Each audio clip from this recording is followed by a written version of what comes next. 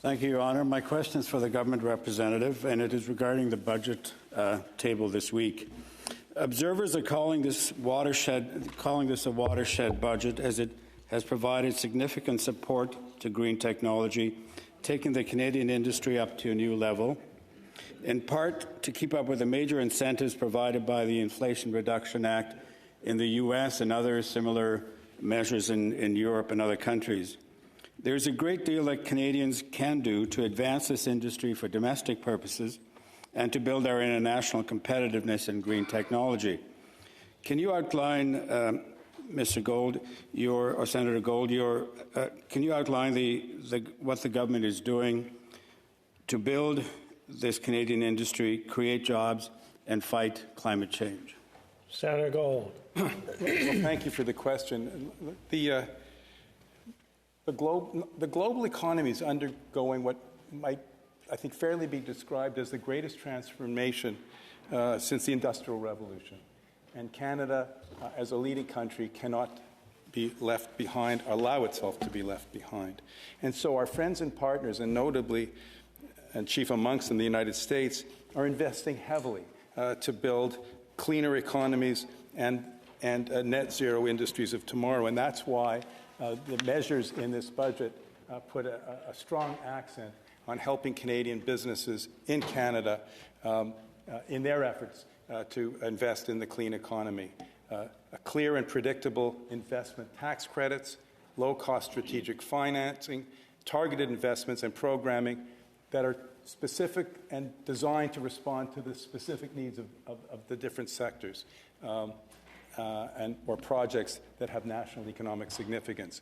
So to list some of them, Senator, as I mentioned, a suite of new investment tax credits designed to attract and accelerate investments in clean electricity, clean technology manufacturing, and clean hydrogen, projects already underway by businesses and supported by governments in many of our provinces. Labor requirements to investment tax credits to ensure government support for businesses to grow and to provide workers with good wages and opportunities for apprenticeship. $3 billion over 13 years to support clean electricity programs. A clean electricity focus for the Canada Infrastructure Bank, with investments of at least $20 billion to support the building of major clean electricity and clean growth infrastructure projects.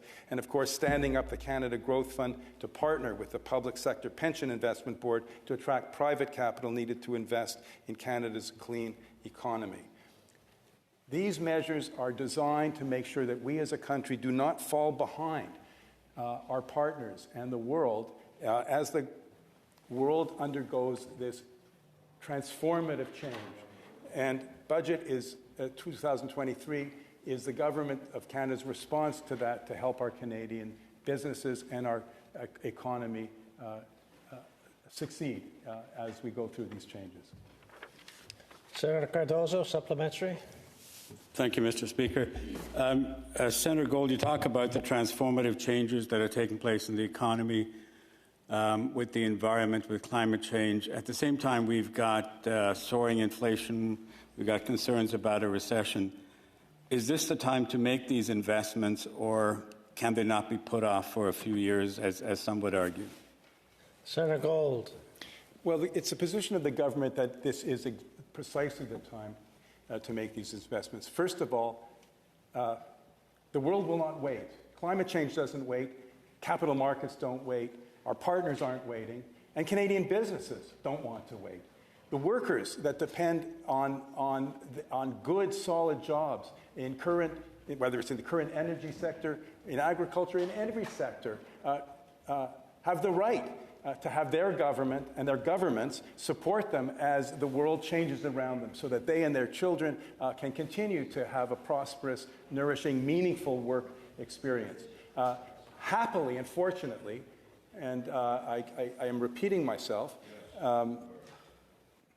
it's important to repeat facts in the face of repeated claims that aren't factual, colleagues.